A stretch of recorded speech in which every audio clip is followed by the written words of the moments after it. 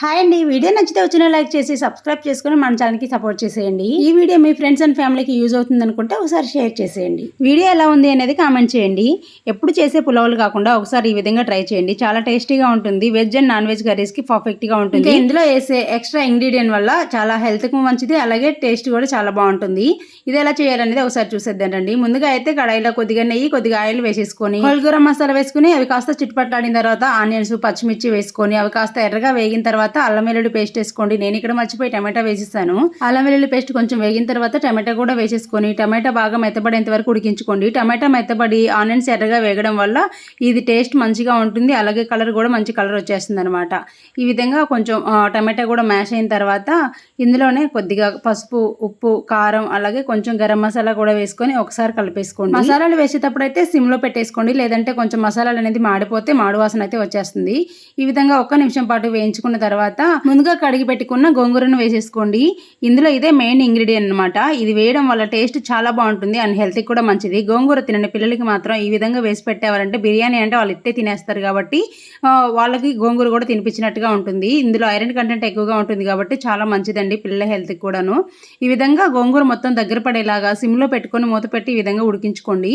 పూర్తిగా ఉడికిన తర్వాత ఒక గరిటతో కానీ పప్పు గుత్తితో కానీ కొంచెం ఇలా మ్యాష్ చేసుకున్నారంటే అది కాస్త మ్యాష్ అవుతుంది. సో రైస్లో కలుస్తుంది, పులుసు కూడా రైస్కి బాగా పడుతుంది అనమాట. ఈ విధంగా కలిపేసుకున్న తర్వాత అరగంట పాటు నానబెట్టుకున్న బియ్యం వేసేసుకోండి. నేనైతే నార్మల్ బియ్యమే వేసుకున్నానండి, బాస్మతి రైస్ అయినా వేసుకోవచ్చు. నేను నార్మల్గా గిన్నెలో చేస్తున్నాను కాబట్టి 1 గ్లాస్ రైస్కి 2 గ్లాసుల వాటర్ వేసుకుంటున్నాను. మీరు ప్రెషర్ కుక్కర్లో చేసినట్లయితే 1 గ్లాస్ రైస్కి 1.5 గ్లాసుల వాటర్ అయితే వేసేసుకోండి. మనకు రైస్ కుక్కర్ అయినా సరే 1 గ్లాసు రైస్కి 2 గ్లాసుల వాటర్ వేసుకుంటే పర్ఫెక్ట్గా సరిపోతుంది. ఈ విధంగా బియ్యాన్ని వేసుకున్న తర్వాత 2 నిమిషాల పాటు అలా కలిపేసుకోండి. ఆయిల్ అంతా కూడా బియ్యానికి పట్టిందంటే పొడి పొడిగా వచ్చేస్తుంది అనమాట. బియ్యం విరగకుండా చూసుకోండి. నేనైతే ఎసరు కూడా వేసేసుకున్న తర్వాత ఒకసారి కొంచెం పుదీనా కూడా వేసుకొని టేస్ట్కి సరిపడా సాల్ట్ ఒకసారి చెక్ చేసుకొని వేసేసుకోండి.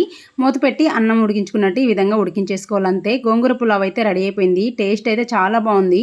నేను ఇక్కడ జీడిపప్పులు వేయడం మర్చిపోయానండి, అందుకని తర్వాత వేయించుకొని పైన అయితే గార్నిష్ చేసుకున్నాను. పెద్దవాళ్ళకైతే గోంగూర ఇష్టం లేని వాళ్ళే ఉండరనుకోండి, ఇంకా అంత బాగుంటుంది కాబట్టి.